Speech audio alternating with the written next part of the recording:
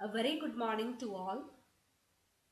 Today we'll be starting with a new unit which is common communicable disease in children. So കഴിഞ്ഞ വർഷം കമ്മ്യൂണിറ്റിയിൽ നിങ്ങൾ already ഇത് പഠിച്ചിട്ടുണ്ടാവും. This is just a revision. ഒന്നുകൂടെ നമ്മൾക്ക് കണ്ടു നോക്കാം ഓരോ ഡിസീസസും അതിൻ്റെ മാനിഫെസ്റ്റേഷൻസും ഒക്കെ എങ്ങനെയാണ് എന്ന്. First let's see about diphtheria. As you all know, diphtheria, it is an acute bacterial infection which is caused by a gram-positive bacillus known as Corynebacterium diphtheriae. So, diphtheria എന്ന് പറയുന്ന ഡിസീസിൻ്റെ കോസറ്റീവ് ഓർഗാനിസം ആണ് a positive gram-positive bacillus which is known as Corynebacterium diphtheriae. Coming to the etiopathogenesis, the main source of infection is the secretions and the discharges from the infected person. The mode of transmission is either a droplet infection or through personal contact. The portal of entry is respiratory tract and the incubation period is 2 to 5 days. Now let's see about the pathogenesis of diphtheria. In the pathogenesis, the Corynebacterium diphtheriae, it proliferate and liberate a powerful exotoxin which is the principal cause of systemic and local infection. So, നമ്മളുടെ ഡിപ്തീരിയയിൽ ഉണ്ടാവുന്ന എല്ലാ മാനിഫെസ്റ്റേഷൻസിൻ്റെയും കാരണം Corynebacterium diphtheriae release ചെയ്യുന്ന ഒരു exotoxin ആണ്. ഇനി ഈ exotoxin എന്താ ചെയ്യുക എന്ന് ചോദിച്ചിട്ടുണ്ടെങ്കിൽ the exotoxin it causes necrosis of the epithelial cells and it leads to release of a serous and fibrinous material which forms a greyish white pseudomembrane which bleeds on ഡിസ്ലാഷ്ഡ്.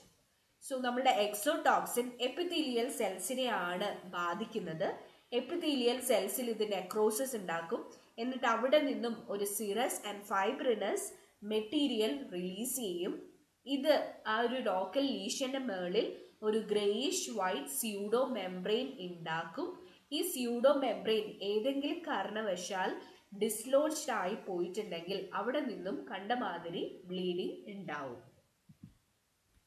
The surrounding tissue is inflamed and edematous. The organs usually affected include the heart, the kidney and the myocardium. So, ഒന്നുകൂടെ പറഞ്ഞു നോക്കാം. Corynebacterium release ചെയ്യുന്ന exotoxin ആണ് എല്ലാ മാനിഫെസ്റ്റേഷൻസിനും കാരണമാകുന്നത്. Exotoxin affect ചെയ്യുന്നത് epithelial സെൽസിനെയാണ്. അവിടെ അത് നെക്രോസിസ് ഉണ്ടാക്കും. എന്നിട്ട് ഒരു സെറസ് ഫൈബ്രിനസ് മെറ്റീരിയലിനെ റിലീസ് ചെയ്യും. ഇത് ഒരു സ്യൂഡോ വൈറ്റ് ഗ്രേയിഷ് പാച്ച് ഉണ്ടാക്കും. ഈ പാച്ച് ഡിസ്ലോജ്ഡ് ആയി കഴിയുമ്പോൾ അവിടുന്ന് ബ്ലീഡിങ് ഉണ്ടാവും. യൂഷ്വലി സറൗണ്ടിങ് ടിഷ്യൂ ഇൻഫ്ലെയിംഡ് ആയിരിക്കും, എഡിമാറ്റസ് ആയിരിക്കും. ഇത് അഫക്റ്റ് ചെയ്യുന്ന organs heart, kidney and myocardium ആണ്. Coming to the clinical features. Diphtheria തുടങ്ങുമ്പോൾ നമുക്ക് ഇനീഷ്യലി ഉണ്ടാവുന്ന മാനിഫെസ്റ്റേഷൻസ് ആണ് ഫീവർ, മലേസ് ആൻഡ് ഹെഡേക്ക്. ഇത് മാത്രമല്ല, ഈ കുട്ടികളെ കണ്ടിട്ടുണ്ടെങ്കിൽ they will have A toxic look, അല്ലെങ്കിൽ ഭയങ്കര അസുഖം പിടിച്ച മാതിരി, അല്ലെങ്കിൽ ഭയങ്കര ക്ഷീണിച്ച ഒരു ലുക്കായിരിക്കും ഈ കുട്ടികൾക്ക് ഉണ്ടാവുക. And the clinical features may vary according to the site of involvement. So 3 sites ഉണ്ട്. ഈ 3 സൈറ്റ്സ് അനുസരിച്ചായിരിക്കും കുട്ടികൾക്ക് ഉണ്ടാവുന്ന മാനിഫെസ്റ്റേഷൻസ് വേരി ചെയ്യുക. സോ നമുക്ക് ഓരോന്നും കാണാം. The first site is facial or tonsillopharyngeal area. So facial or tonsillopharyngeal area, it is the most commonest form of diphtheria. ഇവിടെയാണ് ഉണ്ടാവുന്നതെങ്കിൽ ടോൺസിലോഫാരിഞ്ചിയൽ റീജിയൻ അല്ലെങ്കിൽ ഫോഷ്യൽ റീജിയന്റെ ചുറ്റും there will be massive swelling. ഇനിയിപ്പോൾ ടോൺസിലോഫാരിഞ്ചിയൽ റീജിയനിലാണ് സ്വെല്ലിംഗ് അല്ലെങ്കിൽ നമ്മൾക്ക് തെറ്റിദ്ധരിക്കാം അല്ലെ, ടോൺസിലൈറ്റിസ് ആണ് എന്ന് തെറ്റിദ്ധരിക്കാം. സോ ടോൺസിലൈറ്റിസിനെയും ഇതിനെയും വേർതിരിച്ചറിയാനായിട്ടുള്ളതാണ്. In the surrounding tissue there will be a greyish white pseudomembrane. പിന്നെ ഇവിടെ സെർവിക്കൽ ലിംഫ് നോഡ്സ് ഒക്കെ എൻലാർജ്ഡ് ആയിരിക്കും. എൻലാർജ്ഡ് ആവുന്നത് കൊണ്ട് തന്നെ കുട്ടിയുടെ കഴുത്തിന് ഒരു ബുൾ നെക്ക് അപ്പിയറൻസ് ആയിരിക്കും ഉണ്ടാവുക. The other manifestations include sore throat, dysphagia and muffled voice. So this is about the first type of diphtheria, which is phoceal or tonsillopharyngeal diphtheria. Coming to the second type, which is nasal diphtheria. Nasal diphtheria can be either unilateral or bilateral. There will be serosanguinous discharges from the nose and there will be excoriation of the upper lip. In the third type ആണ് laryngeotracheal diphtheria, which is the most dangerous form of diphtheria. Laryngeotracheal diphtheria ആയതുകൊണ്ട് തന്നെ there will be swelling over the membrane over the larynx. Larynxിന്റെ തൊട്ട് മുകളിലുള്ള membrane നല്ല swelling ഉണ്ടാവും. So അത് സ്വെൽഡ് up ആയാൽ എന്തുണ്ടാവും? റെസ്പിറേറ്ററി ഡിസ്ട്രെസ് ഉണ്ടാവും, സ്ട്രൈഡർ ഉണ്ടാവും, ഒരു ക്ലാസിക് ആയിട്ടുള്ള ബ്രാസി കഫ് ഉണ്ടാവും. So these are the manifestations of laryngeotracheal diphtheria, which is a brassy cough, stridor and respiratory distress. വളരെ rare ആയിട്ട് diphtheric lesions, they may also occur on the skin as well as the conjunctiva. So this is about the clinical features of diphtheria. Now let's see about the complications of diphtheria.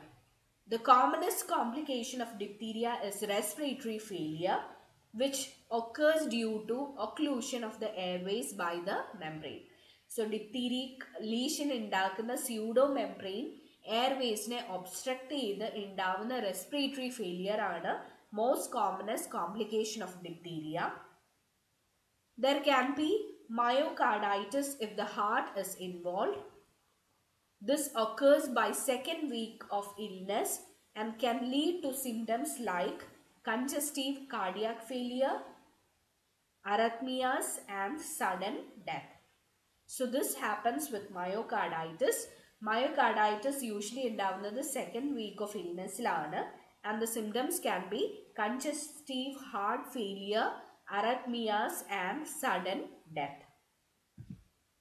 There can be an array of neurological complications which include palatal palsy, which occur in the second week of illness. It is manifested by nasal tank and nasal regurgitation. So palatal region palsy ഉണ്ടാവാം.